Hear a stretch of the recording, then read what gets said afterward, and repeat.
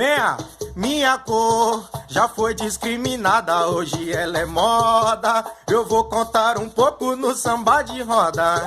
A escravidão sofrida e os quilombolas, só isso que aprendi no tempo da escola.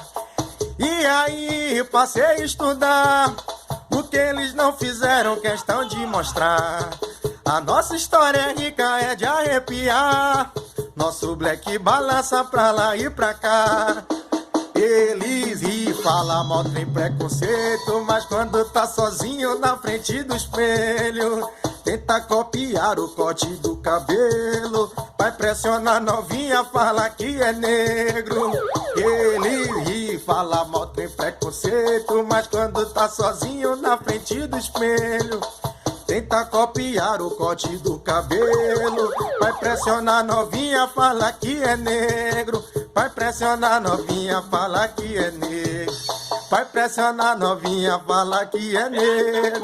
Vai pressionar novinha, fala que é negro. Vai pressionar novinha, fala que é negro.